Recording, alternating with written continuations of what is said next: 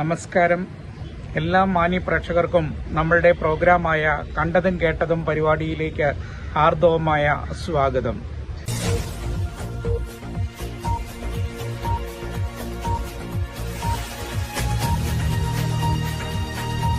നമുക്കറിയാം, ഏതാനും ആഴ്ചകൾക്ക് മുമ്പ് നമ്മളിൽ നിന്നും വേർപിരിഞ്ഞു പോയ രണ്ട് നവദമ്പതികളുണ്ടല്ലേ. നവദമ്പതികളെ വിവാഹ ജീവിതത്തിലേക്ക്, കുടുംബജീവിതത്തിലേക്ക് പരിശുദ്ധാത്മാഭിഷേകത്താൽ നിറച്ച് ഈ വിവാഹ കൂദാശയ്ക്ക് മുഖ്യ കാർമ്മികനായിരിക്കുന്നത് ഈ ഇടവകയുടെ മുൻവികാരിയായിരിക്കുന്ന പരിബഹുമാനപ്പെട്ട തോമസ് ജോർജ് OAC അച്ഛനാണ്. ഈ അനുഗ്രഹീത നിമിഷത്തിൽ അനുഗ്രഹീത വാക്കുകളോടെയാണ് നിഖിലും അനുവും വിവാഹ ജീവിതത്തിലേക്ക് കടന്നത്. അക്ഷരാർത്ഥത്തിൽ കണ്ണു നനയിക്കുകയാണ് നിഖിലിന്റെയും അനുവിന്റെയും മരണം.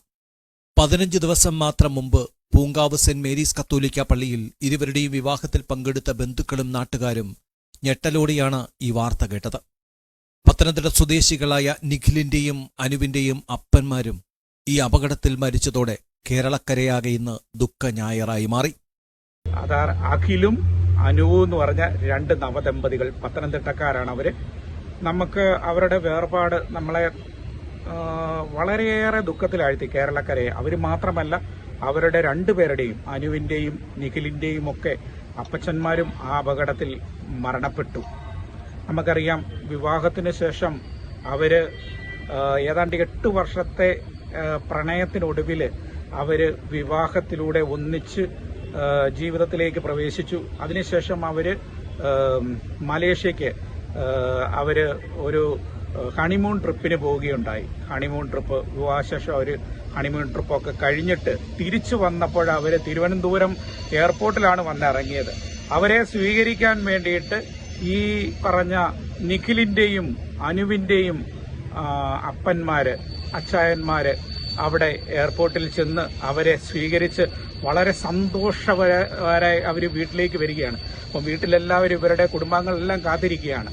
അങ്ങനെ വരുന്ന അവസരത്തിൽ ഇവരുടെ വണ്ടി അയ്യപ്പന്മാർ സഞ്ചരിച്ചിരുന്ന ഒരു വണ്ടിയുമായിട്ട് കൂട്ടിയിടിക്കുകയാണ്. ഇവരുടെ കാറ് കൂട്ടിയിടിച്ച് ആ സ്പോട്ടിൽ തന്നെ ഈ 4 പേരും മരണപ്പെട്ടു.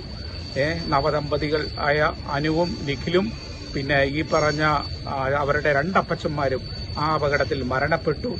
അത് വലിയ ദുഃഖം നൽകുന്ന ഒരു വാർത്ത തന്നെയാണ്. ഈ വീഡിയോ നിങ്ങൾ കണ്ടല്ലോ, നിങ്ങൾ സ്വയം ഒന്ന് വിലയിരുത്തുക. ഞാൻ എപ്രകാരമാണ് വാഹനം ഓടിക്കുന്നത്? അതിൽ ഒരു കാര്യം അവരെടുത്തു പറയുന്ന ഒരു കാര്യമുണ്ട്. നമുക്ക് സ്വാഭാവികമായിട്ടും ട്രാവൽ ചെയ്യുന്ന സമയം, ചിലപ്പോൾ നേരം വെളുക്കുന്ന സമയം, രാത്രിയിലൊക്കെ ഒരു സമയം കഴിഞ്ഞാൽ നമുക്ക് ഉറക്കം അനുഭവപ്പെടുന്ന ഒരു സമയമുണ്ട്. ആ സമയം തീർച്ചയായും നമ്മുടെ വാഹനം സൈഡിലേക്കൊക്കെ ഒന്ന് ഒതുക്കി നിർത്തി കുറച്ച് സമയം ഉറങ്ങുക. ഒരു 2-3 മണിക്കൂർ കിടന്ന് ഉറങ്ങിയതിന് ശേഷം ഫ്രഷായിട്ട് മുഖമൊക്കെ കഴുകി അങ്ങനെ ഒരു യാത്ര ചെയ്യും, വെള്ളമൊക്കെ കുടിച്ച് യാത്ര ചെയ്യുകയാണെങ്കിൽ ഒരു പരിധിവരെ നമുക്ക് അപകടങ്ങൾ ഒഴിവാക്കാം.